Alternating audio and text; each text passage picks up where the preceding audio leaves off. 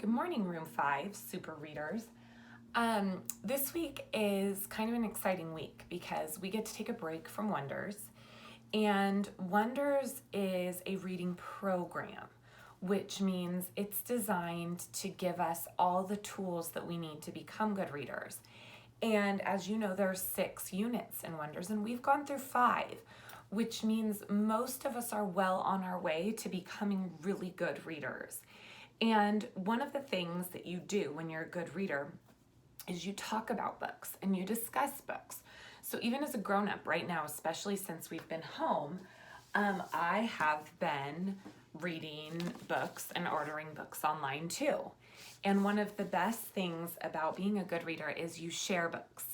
So my friends and I have each bought a few different stories, and after we read them, we trade them and we talk about them, and we decide what's good and what's bad, and we disagree sometimes on if we liked the book or not, but that's all part of becoming a good reader.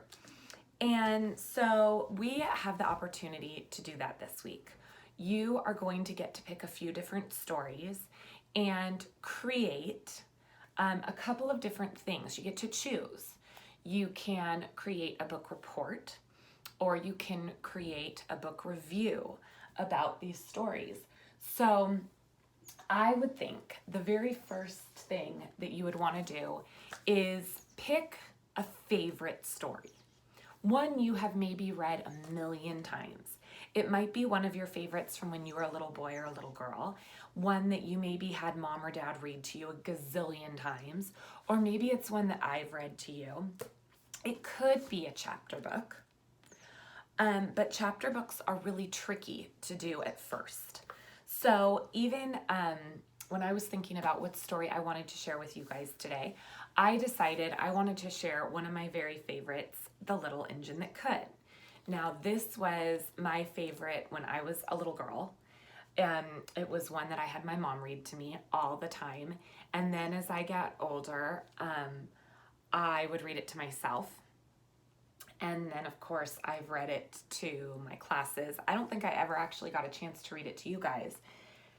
One of the reasons that I love it is because of the characters in it and being able to give the characters different voices. So now that you've become a really good reader, that's the other great thing, is that we don't sound like robots anymore when we're reading. We can add some spice to it and some flair to it, and we can give the characters voices. So I'm going to read you my favorite childhood story, and then we're going to talk about some different ideas of some things that I can do. Now on Google Classroom, I put some book review forms on there that you can take, or you can create your own. And basically what we're doing is we are going to read this story, and then we're going to discuss it in any way we want. Okay, so this story is The Little Engine That Could, Mrs. McGee's very favorite. So get cozy and enjoy. Chug, chug, chug, puff, puff, puff. Ding dong, the little train rumbled over the tracks. She was a happy little train, for she had such a jolly load to carry. Her cars were filled full of good things for boys and girls.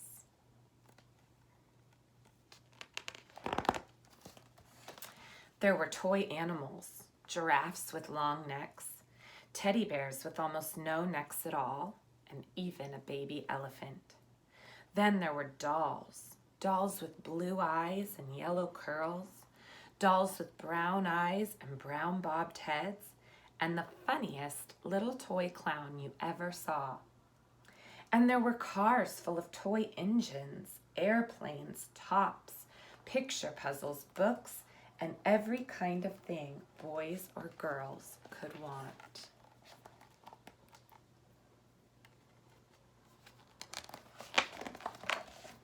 But that was not all. Some of the cars were filled with all sorts of good things for boys and girls to eat. Big golden oranges, red-cheeked apples, bottles of creamy milk for their breakfasts, fresh spinach for their dinners, peppermint drops and lollipops for after-meal treats. The little train was carrying all these wonderful things to the good little boys and girls on the other side of the mountain. She puffed along merrily.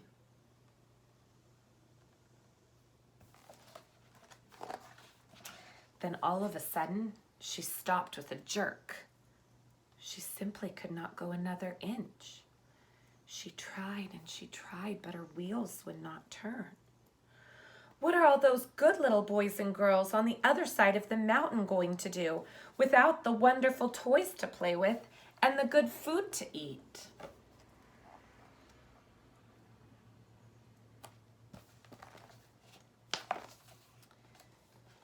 Here comes a shiny new engine, said the funny little clown who jumped out of the train. Let us ask him to help us. So all the dolls and toys cried out together, Please, shiny new engine, won't you please pull our train over the mountain? Our engine is broken down, and the boys and girls on the other side won't have any toys to play with or good food to eat unless you help us.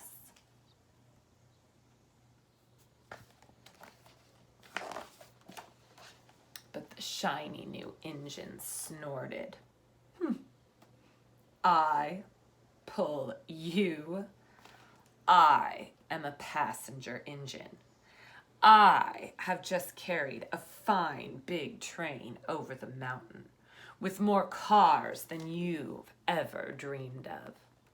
My train has sleeping cars with comfortable berths, a dining car where waiters bring whatever hungry people want to eat, and parlor cars in which people sit in soft armchairs and look out of big plate glass windows. I pull the likes of you. Indeed not.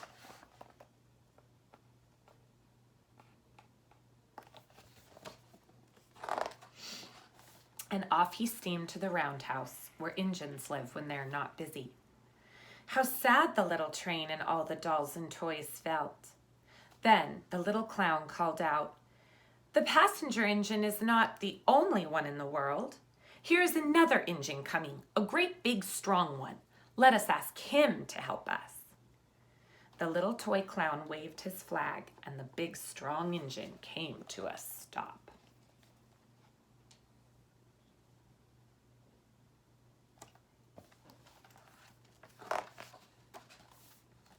Please, oh please, big engine, cried all the dolls and toys together. Won't you please pull our train over the mountain? Our engine has broken down, and the good little boys and girls on the other side won't have any toys to play with or good food to eat unless you help us. But the big, strong engine bellowed, I am a freight engine. I have just pulled a big train loaded with big machines over the mountain. These machines print books and newspapers for grown-ups to read. I am a very important engine indeed. I won't pull the likes of you.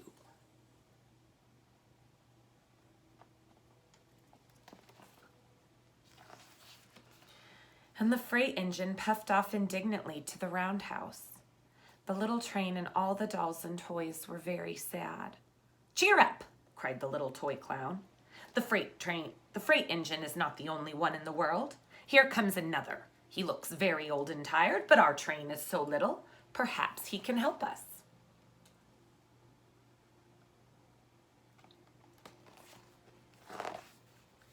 So the little toy clown waved his flag, and the dingy, rusty old engine stopped. Please, kind engine, cried all the dolls and toys together. Won't you please pull our train over the mountain? Our engine is broken down, and the boys and girls on the other side won't have any toys to play with or good food to eat unless you help us.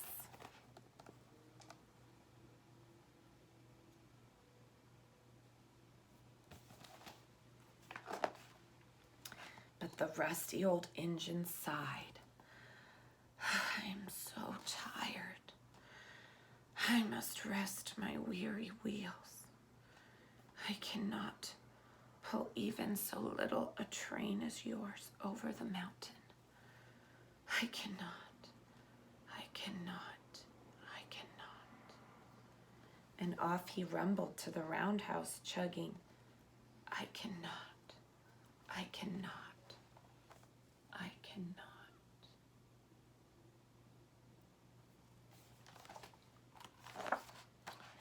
Then indeed the little train was very, very sad, and the dolls and toys were ready to cry.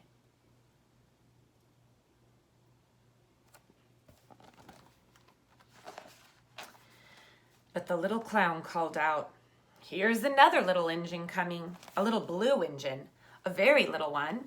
Maybe she will help us. The very little engine came chugging merrily along. When she saw the toy clown's flag, she stopped quickly.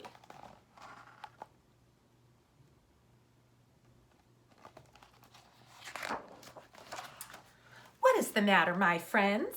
She asked kindly. Oh, little blue engine, cried the dolls and toys. Will you pull us over the mountain? Our engine is broken down, and the good boys and girls on the other side won't have any toys to play with or good food to eat unless you help us. Please, please help us, little blue engine.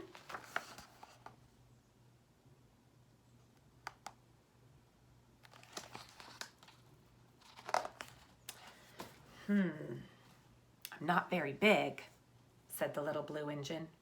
They use me only for switching trains in the yard. I've never been over the mountain. But we must get over the mountain before the children awake, said all the dolls and toys. The very little engine looked up and saw the tears in the doll's eyes. She thought of the good little boys and girls on the other side of the mountain who would not have any toys or good food unless she helped. Then she said, I think I can. I think I can. I think I can. And she hitched herself to the little train.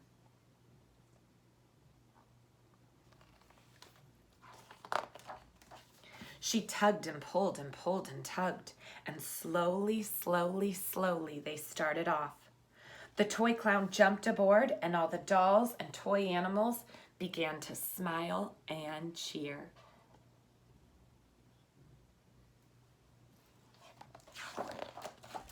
Puff, puff, chug, chug went the little blue engine. I think I can, I think I can, I think I can, I think I can, I think I can, I think I can, I think I can, I think I can. Up, up, up.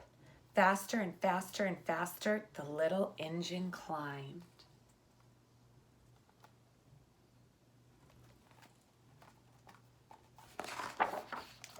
Until at last they reached the top of the mountain.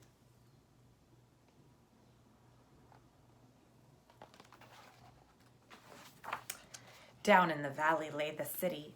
Hooray, hooray, cried the funny little clown and all the dolls and toys. The good little boys and girls in the city will be happy because you helped us, little blue engine.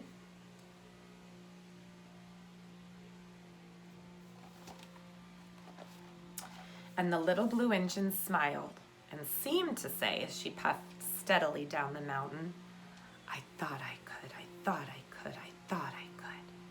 I thought I could, I thought I could, I thought I could. I thought I could, I thought I